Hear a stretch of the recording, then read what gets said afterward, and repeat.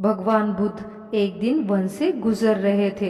रास्ते में एक व्यक्ति जमीन खोद रहा था। बुद्ध विश्राम के लिए वृक्ष के नीचे बैठ गए। उस व्यक्ति को जमीन खोदते खोदते एक कलश मिला।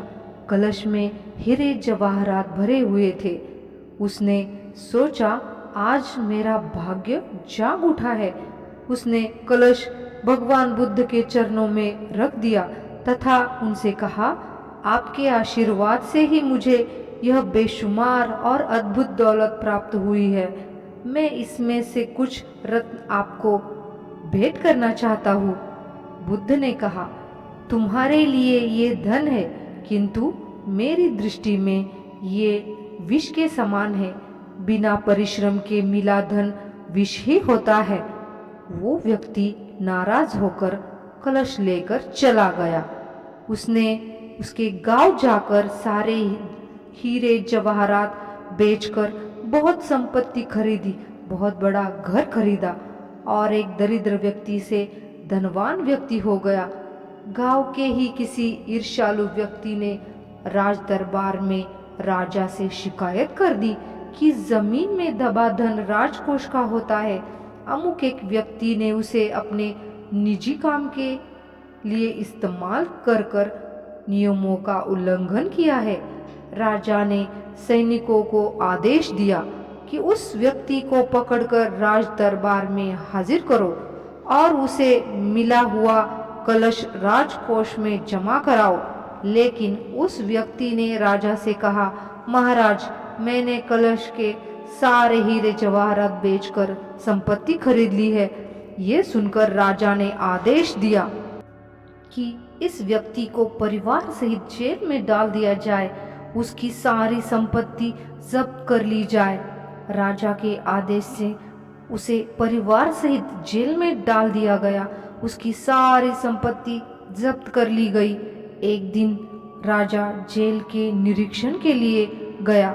उस व्यक्ति से भी मिला।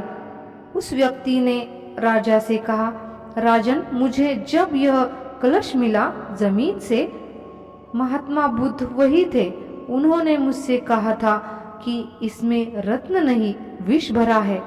ये सुनकर मैंने उनका अपमान किया था। आज कारागार में रहकर मुझे अनुभूति हो रही है कि उनकी बात बिल्कुल सच थी। बिना परिश्रम किए मिला हुआ धन विष के समान ही होता है। मैं एक बार भगवान बुद्ध के दर्शन कर उनसे क्षमा मांगना चाहता हूँ। राजा ने भगवान बुद्ध को ससम्मान राज्य में आमंत्रित किया। कारागार से निकालकर उस व्यक्ति को भगवान बुद्ध के पास ले जाया गया। उस व्यक्ति ने भगवान बुद्ध के चरणों में बैठकर क्षमा मांगी तथा कहा, आपकी बात सत्य थी। कलश में वास्तव में ही विष था जिसने मुझे कारागार भिजवाया। बुद्ध के आदेश से राजा ने उस व्यक्ति को कारागार से रिहा कर दिया।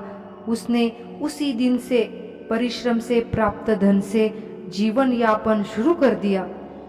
परिश्रमी व्यक्ति हमेशा सफलता की ओर अग्रसर रहता है और समय समय पर उसे सफलता का स्वाद भी चखने को मिलता है। सफलता की पहली कुंजी परिश्रम है।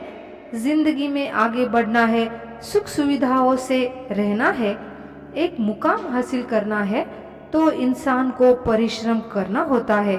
भगवान ने परिश्रम करने का गुण मनुष्यों के साथ साथ जीव जंतुओं और पशु पक्षियों को भी दिया है ताकि वो अपना पालन पोषण खुद कर सके।